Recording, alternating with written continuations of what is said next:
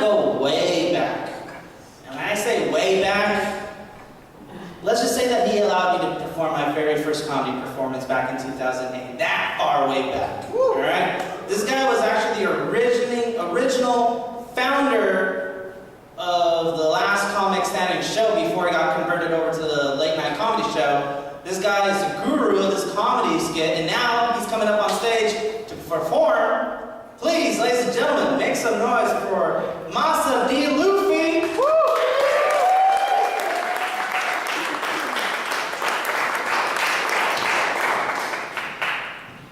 Thank you very much. My name is Nick. I also go by Masa D. Luffy. It's a cosplay nickname from going to anime conventions for a very long time. I've been going to those for about 12 years, so you see a lot of things go to the anime conventions over the years. I mean, when you first go out, you're young, you're excited, you're getting to meet other people, and you're trying out the cosplay and everything, and then throughout the years, you just kind of start doing different things. So, I started with the comedy show, and I'd go up and tell jokes, and that was very funny, but that's okay. But anyway, I don't know if you can tell, but I'm a full-blown Mexican, and yeah. But it's been interesting. My experience with that is, people don't normally see, I guess, that in me. So when I'm around, like, just a room full of white people, and there's nobody else, then they will start letting things out that they usually don't let in, like, more white companies. It's very interesting, as soon as, they don't think they're being seen, they're eating something, it's like, oh, this ethnic food, I'm about to get the real taco shits here,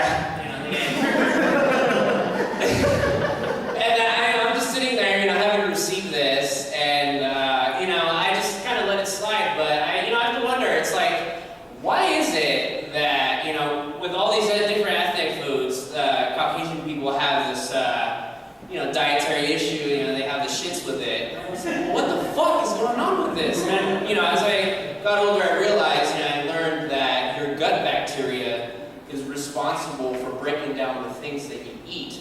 So then I thought, oh, well, that makes sense, so if it's a matter of not being used to, certain things. So if your body, for example, isn't used to processing things, for example, like seasonings or flavor, it might, you might have a problem. So anyway, I grew up speaking Spanish at my house.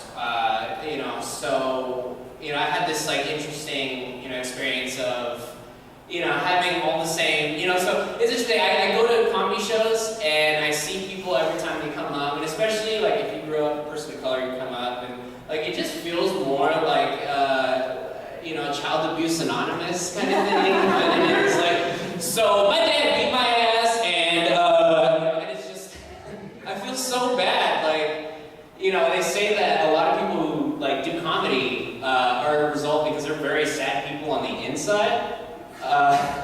So, probably it's just one way to deal with the fact that they were getting their ass beat, as kids, and then having to come up with that. So, it's interesting, everybody else has their own stories, and, it's kind of like, oh, my story is this, and then, like, you tell your story, and then everybody gets quiet.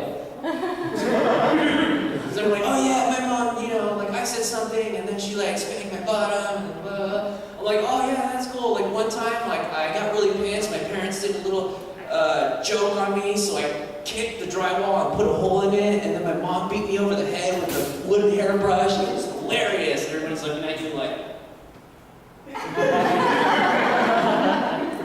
you should have been adopted, bro. But anyway, yeah, so yeah, I went to school, I came back here, I moved back from my hometown about 7 years ago, came down, went to Cal State Long Beach, got my political science degree. So I love politics. I like talking a lot of stuff about the things that are happening. This is America. It's my favorite subject. I hate Trump. I'm glad you all are on the same page because, like, there's always something to talk about with him. It's great. Like, every week, like, in fact, I can just, let's see, I'm an ad-libber, so I'm just gonna Google something right now, and I'm gonna try to just come up with something. So, if I Google TRUMP, enter on Google, and then we'll see, boom, news. Let's see. So Michael Jordan pushes back after Trump attacks LeBron James and Don Lemon. So I don't know what Trump has against black people.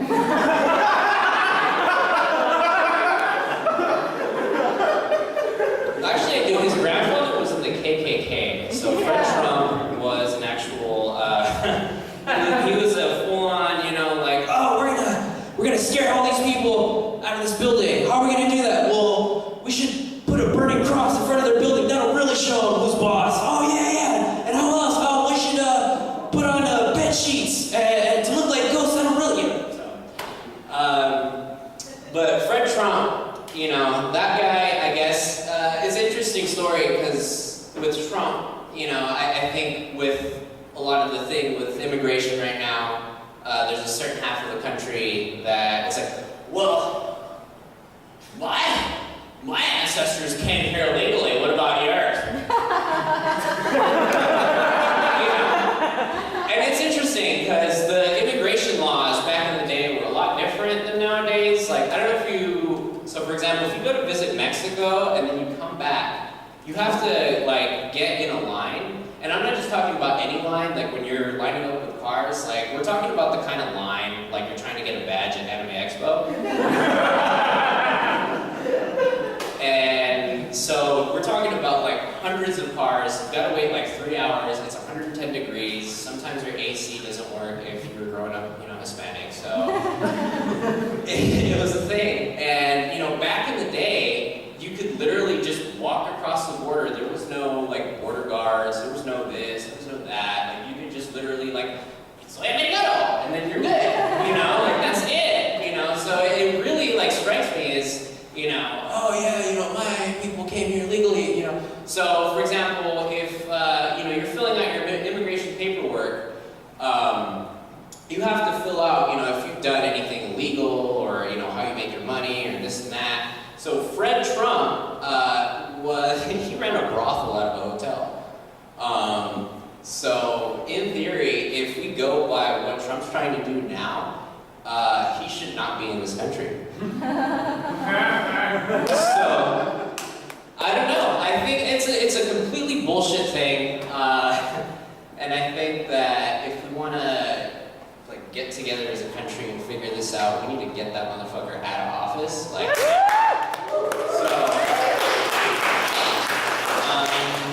I think that's happening pretty soon. I don't know if you guys follow, like, all the news on that, but he's, like, trying to fire the guy who's doing the investigation onto whether he's colluding with Russia. So, I mean, that's kind of a tell. I mean, it's like, oh, this guy's, like, on my case, better fire him. Like, I'm pretty sure you did the thing, bro. So, I don't know, I shouldn't laugh at my own jokes on stage. So yeah, Trump sucks. Let's see what else. Anybody have a favorite president? Mine was Obama. Like, I know there's a lot of different presidents to like, but it's kind of crazy to go from, like, what we're seeing today, and like, huge, blah, blah, blah, to, hello everyone, my name is Barack Obama. And, like, having the grace and, like, the poise, it's just like, how do you go from this to, like,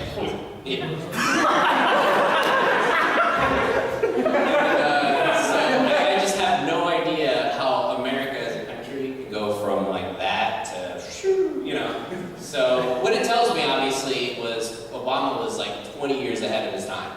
Like, what it really says is in 20 years, we're going to see a lot more of that kind of, like, awesome people. So I say if you're still, thinking about doing something, getting into politics or getting involved, like, do it now, because in 20 years, like, it's really going to make a difference, and I hope, I see you all there. So, thank you very much.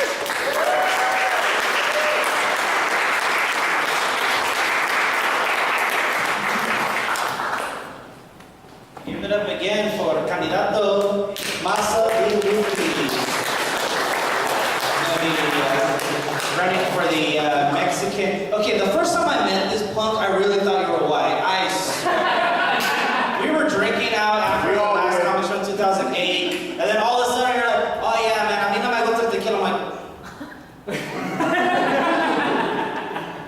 You learned that in Spanish class, right? Yeah. He's like, no, I mean, my name's Nick. It's, you know, Nicolas. Nicolas. Because I was like, I thought you was white. You and Gary. Oh my God. Both of you guys. So he has a friend out in Texas, right?